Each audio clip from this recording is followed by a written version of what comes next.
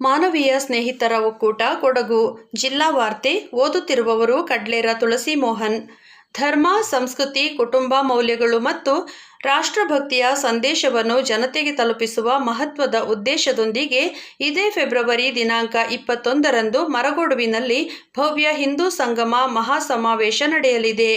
ಈ ಐತಿಹಾಸಿಕ ಧಾರ್ಮಿಕ ಸಾಂಸ್ಕೃತಿಕ ಉತ್ಸವಕ್ಕೆ ಮರಗೋಡು ಮಾತ್ರವಲ್ಲದೆ ಸುತ್ತಮುತ್ತಲ ಗ್ರಾಮಗಳು ಹಾಗೂ ವಿವಿಧ ಭಾಗಗಳಿಂದ ಸಾವಿರಾರು ಜನ ಭಾಗವಹಿಸುವ ನಿರೀಕ್ಷೆ ಇದೆ.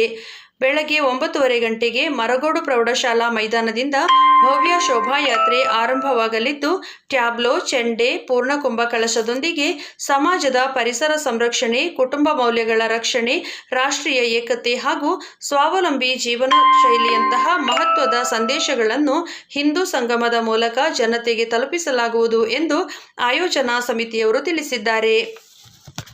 ಜಗತ್ತಿಗೆ ಅಹಿಂಸಾ ಮಾರ್ಗ ರೂಪಿಸಿಕೊಟ್ಟ ಮಹಾನ್ ಚೇತನ ಗಾಂಧೀಜಿ ಎಂದು ಪ್ರೊಫೆಸರ್ ಗಂಗಾಧರ ಎಂ.ಆರ್. ಅವರು ಅಭಿಪ್ರಾಯಪಟ್ಟಿದ್ದಾರೆ. ಕೊಡಗು ವಿಶ್ವವಿದ್ಯಾಲಯ, ಕೊಡಗು ಕರ್ನಾಟಕ ಗಾಂಧಿ ಸ್ಮಾರಕ ನಿಧಿ, ಬೆಂಗಳೂರು ರಾಷ್ಟ್ರೀಯ ಸೇವಾ ಯೋಜನೆ, ಯುವ ಸಬಲೀಕರಣ ಮತ್ತು ಕ್ರೀಡಾ ಇಲಾಖೆ ಬೆಂಗಳೂರು ಇವರ ಸಂಯುಕ್ತ ಆಶ್ರಯದಲ್ಲಿ ಗಾಂಧೀಜಿಯವರ ಆತ್ಮಕಥೆ 100ರ ಸಂಭ್ರಮ ಹಾಗೂ ಭೂದಾನ ಚಳುವಳಿಯ 75ನೇ ವಾರ್ಷಿಕೋತ್ಸವದ ಪ್ರಯುಕ್ತ ಹಮ್ಮಿಕೊಂಡಿದ್ದ ಒಂದು ದಿನದ ರಾಷ್ಟ್ರೀಯ ಸಮ್ಮೇಳನ ಹಾಗೂ ಪುಸ್ತಕ ದಾಸೋಹ ಕಾರ್ಯಕ್ರಮವನ್ನು ಉದ್ಘಾಟಿಸಿ ಅವರು ಮಾತನಾಡಿದರು. ಈ ಸಂದರ್ಭ ಅವರು ಆಡಂಬರದ ಜೀವನದಲ್ಲಿ ಮುಳುಗಿ ಹೋಗಿರುವ ಯುವ ಜನತೆಗೆ ಅತ್ಯಂತ ಸರಳ ಸುಂದರ ಜೀವನ ನಡೆಸಿದ ಗಾಂಧೀಜಿಯವರು ಆದರ್ಶಪ್ರಾಯರಾಗಿದ್ದಾರೆ. ವಿದ್ಯಾರ್ಥಿಗಳು ಗಾಂಧೀಜಿಯವರು ಹಾಕಿಕೊಟ್ಟ ಮೌಲ್ಯಗಳನ್ನು ತಮ್ಮ ಬದುಕಿನ ಬುನಾದಿಯಾಗಿ ಮಾಡಿಕೊಂಡರೆ ಯಶಸ್ವಿ ಜೀವನದ ಜೊತೆಗೆ ಸುಸ್ಥಿರ ನಾವು ಕಾಣಬಹುದಾಗಿದೆ ಎಂದು ಕಿವಿಮಾತು ಹೇಳಿದರು. ವಿದ್ಯಾರ್ಥಿಗಳು ವ್ಯಾಸಂಗದಲ್ಲಿ ಏಕಾಗ್ರತೆ, ಸಮಯ ಪಾಲನೆ ಹಾಗೂ ನಿರಂತರ ಅಧ್ಯಯನದಿಂದ ಮಾತ್ರ ಶೈಕ್ಷಣಿಕವಾಗಿ ಗುರಿ ಸಾಧಿಸಲು ಸಾಧ್ಯ ಎಂದು ಕೂಡಿಗೆಯ ಸರ್ಕಾರಿ ಆಸ್ಪತ್ರೆಯ ವೈದ್ಯಾಧಿಕಾರಿ ಡಾಕ್ಟರ್ ದೀಪಿಕಾ ಮೂರ್ತಿ ಹೇಳಿದರು.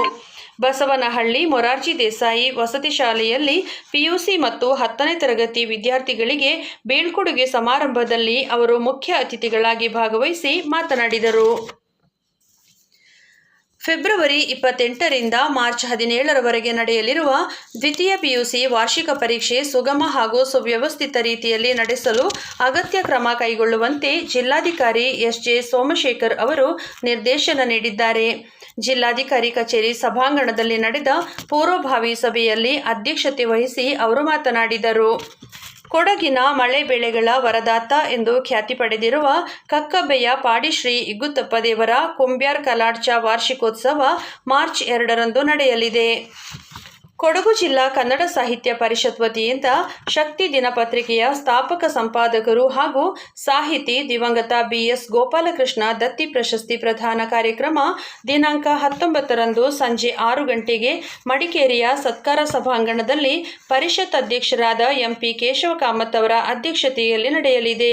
2025-26ನೇ ಸಾಲಿನ ದಿವಂಗತ ಬಿ.ಎಸ್. ಗೋಪಾಲಕೃಷ್ಣ ದತ್ತಿ ಪುರಸ್ಕಾರ ಖ್ಯಾತ ವೈದ್ಯರಾದ ಡಾಕ್ಟರ್ ಕೆ.ಬಿ. ಸೂರ್ಯಕುಮಾರ್ ಅವರ ವೈದ್ಯ ಕಂಡ ವಿಸ್ಮಯ ಪುಸ್ತಕಕ್ಕೆ ದೊರೆತಿದೆ.